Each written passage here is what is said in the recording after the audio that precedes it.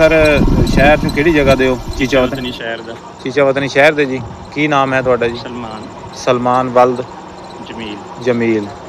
ਤੇ ਸਰ ਜਿਹੜੇ ਦੂਸਰੇ ਬਾਈ ਵਿੱਚ ਗਿਰੇ ਨੇ ਉਹਨਾਂ ਦਾ ਕੀ ਨਾਮ ਹੈ ਜੀ? ਇਰਫਾਨ। ਮੁਹੰਮਦ ਇਰਫਾਨ।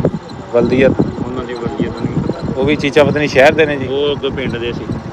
ਉਹ ਪਿੰਡ ਦੇ ਨੇ ਜੀ। ਉਹਨਾਂ ਦਾ ਤੁਸੀਂ ਜੂਸ ਫੈਸਲਾਬਾਦ ਤੋਂ ਕੱਪੜਾ ਲੈਣ ਗਿਆ ਸੀ, ਉਧਰੋਂ ਵਾਪਸੀ ਆ ਰਹੇ ਸੀ ਮੋਟਰਸਾਈਕਲ ਤੇ? ਤੁਹਾਨੂੰ ਪਤਾ ਨਹੀਂ ਚੱਲਿਆ, ਨੇਰੀ ਵੇਦ ਸੀ ਡੇਗੀ ਵਿੱਚ। ਜੀ ਸਰ ਇਹ ਬਾਈ ਹੋਰੀ ਨੇ ਜੀ, ਇਹ ਵੀ ਕਾਫੀ ਜ਼ਖਮੀ ਨੇ ਔਰ ਇਹਨਾਂ ਦੇ ਨਾਲ ਜਿਹੜੇ ਇਹਨਾਂ ਦੇ ਦੋਸਤ ਸੀ ਬਾਈ, ਉਹ ਨਾਲੇ ਦੇ ਅੰਦਰ ਗਿਰ ਗਏ ਨੇ। ਸੇਮ ਨਾਲਾ ਮਾਮੂ ਕਾਂਜਨ ਸਰ। ਤੇ ਇਹਨਾਂ ਦਾ ਮੋਟਰਸਾਈਕਲ ਖੜਾ ਹੈ ਜੀ ਜਿਹੜਾ ਵਿੱਚ ਗਿਰਿਆ। ਮੈਂ ਉਹਦੀ ਵੀਡੀਓ ਤੁਹਾਨੂੰ ਬਣਾ ਕੇ ਦੇ ਰਿਹਾ।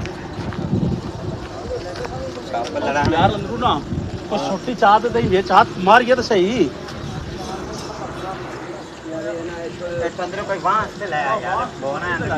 ਇਹ ਮੋਟਰਸਾਈਕਲ ਹੈ ਜੀ, ਬਾਕੀ ਸੇਮ ਨਾਲੇ ਦੇ ਅੰਦਰ ਹੈ ਸਰ।